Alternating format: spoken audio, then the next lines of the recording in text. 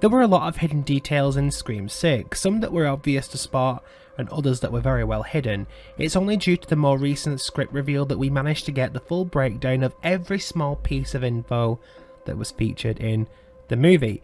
One of those small details was the inclusion of the Brandon James mask that was featured in the first 2 seasons of the Scream TV series. I finally managed to spot where this mask shows up in the movie and why Radio Silence included it. Hello everyone and welcome to today's installment of Beyond the Mask. Today we're discussing the Brandon James mask in Scream 6, its purpose and where you can actually spot its location in the movie when you guys go to watch it.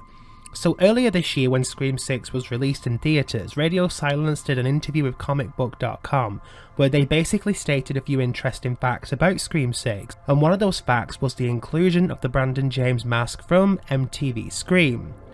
A lot tried hunting to find this in the movie but haven't been successful. Now firstly, what I want to discuss is the fact that this is an interesting decision. Not only is the TV show a separate story to the movies, but it also shows that the show hasn't been removed from history by Radio Silence, who are bringing us this new wave of Scream movies. Including it in one of the movies is an interesting choice, namely because the status of where the TV show stands in terms of being part of the universe are somewhat up in the air. I did a video a few years ago where I did state there were elements about the TV show that pointed towards it being set in the same universe as the movies, because little comments like "I will not be right back" from Noah indicate he was very aware of these spoken rules that were a major attribute in the Scream movies and were also reused in Stab. There were other hints here and there, but no one on the team of MTV Scream stated this story was in a different universe to the movies. It was simply a fresh story. Now, with the inclusion of the mask in Scream 6, it can mean one of 3 things. One is that this was a harmless reference, although I feel like Scream 6 wasn't overly big on harmless references to other horror properties. I'd say it was the least meta movie out of the entire franchise, so I'm not convinced they'd throw this in just because. Secondly is that the events of Lakewood exist in the same universe as the movies, and currently stating in Scream 6 the events have become somewhat well known, similar to the way Stab has. Or finally that the TV show exists as a property in the movie's universe, similar to Stab, and that it was simply a Stab spin-off and nothing more. I'm leaning towards the second personally, as I think having it feature within the Stab universe would likely create a confusing timeline that I don't think Radio Silence will even address. Also, Mindy hasn't mentioned much regarding the TV series. It's really got me thinking what their intentions were. I mean, after all of the other horror icons spotted in the train scene were part of big movies and franchises, so including this seems strange if it doesn't hold some sort of significance.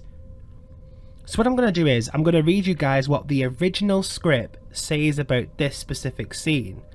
The car is packed to the max with Halloween revealers dressed as every goddamn horror movie ghoul you can imagine. Freddy, Jason, Pinhead, Michael Myers, Leatherface, and more than a few ghost faces, most in traditional mask, a couple in the chrome mask from Stab 8. One's even wearing the mask from the Scream TV series. Everyone seems to be staring at them. They don't feel like kids out to a party in New York City. They feel like real monsters. One is even wearing the mask from the Scream TV series. That's an interesting way to address the mask in the script. If these horror icons all existed in this specific scene, where does the Brandon James mask stand? Is it part of a famous property? Like, if people within the universe know of Freddy, Michael Myers, etc., how do they know of the Brandon James mask? So where is this located? The only spot I've been able to locate it is in the background right here. It's blurry and somewhat hidden in the background, but you can just spot the hood and the shiny reflection of the mask in comparison to the rubber ghost face mask, which gives off no reflection, let's be honest. I wish we'd gotten something clearer, but this is the only shot that I have seen it appear in. It did have more significance in the movie's original script. It was featured more prominently in plain sight in that script, but obviously time restraints made them make it less visible. I don't know, it's strange, but yeah, that's the Brandon James mask in Scream 6. So next time you guys watch the movie, pause it, zoom in, do what you have to, and you'll spot it literally in the background of this scene. But let me know what you guys think the purpose of this mask was.